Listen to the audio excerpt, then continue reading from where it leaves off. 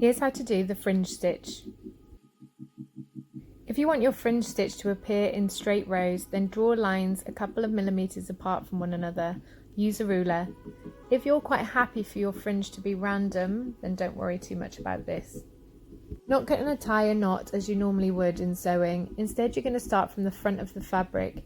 You're going to push your needle through the front of the fabric and you're going to leave yourself a tail of thread.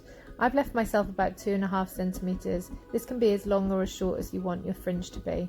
You're then going to do what's called a locking stitch, and that's coming out just before your tassel and going in just after to create a very small stitch to hold that in place.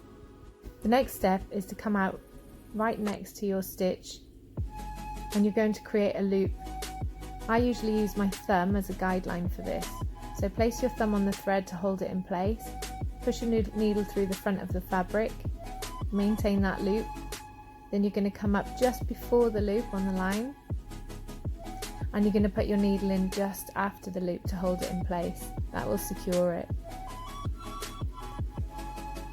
Continue this method until you have reached the desired width for your fringe. So you need to come out next to your stitch on the line. You're going to create your loop and hold it in place using your thumb. You're going to push the needle through, holding that loop in place. Now you need to do the locking stitch, so you come out just before the loop on the line and you're going to do a very small stitch of just a couple of millimeters and go in the other side of that loop on the line to hold it in place.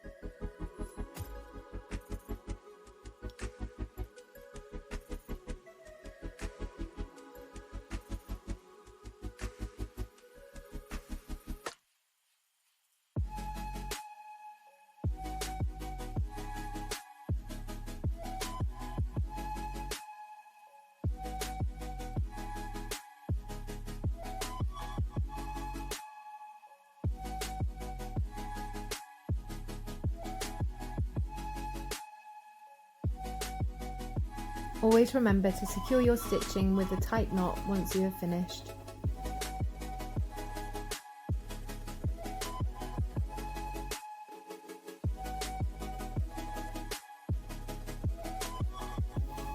Build up your layers of fringe stitching, depending on how thick or thin you want your final result to be. To avoid any obvious gaps, be sure that you don't stitch your second row exactly above your first row. You should aim to stitch the second row in between the stitches of the previous row. Continue to use this method and build up your layers until you are happy with the final result.